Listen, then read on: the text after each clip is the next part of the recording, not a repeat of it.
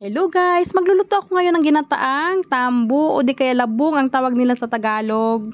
Ayan, at binalatan ko na. Pagkatapos ay gagayatin ko naman ng maliliit. Ito ang isa ka pinakapaboritong pagkain ng mga Ilonggo, lalo na paggataan. Ayan, at nakagayat na ako. Lalagyan lang natin ng hipon. Minabili na kaming hipon, tsaka gata at saluyot.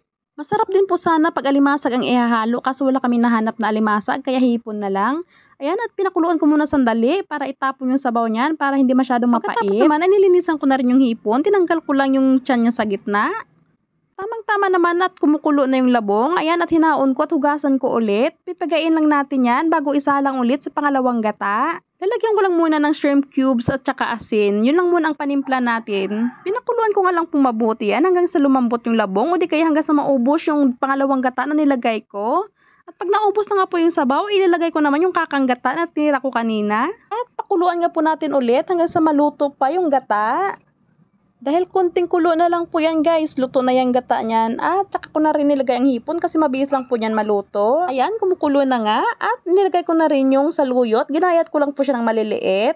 Ayan, ang huling sangkap na ihahalo natin para mas lumapot yung ating ginataang labong. Tara, luto na po yung ginataang labong with hipon.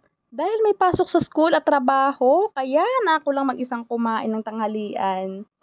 Ayan na po, kain tayo guys. Thank you for watching. Hanggang sa muli po.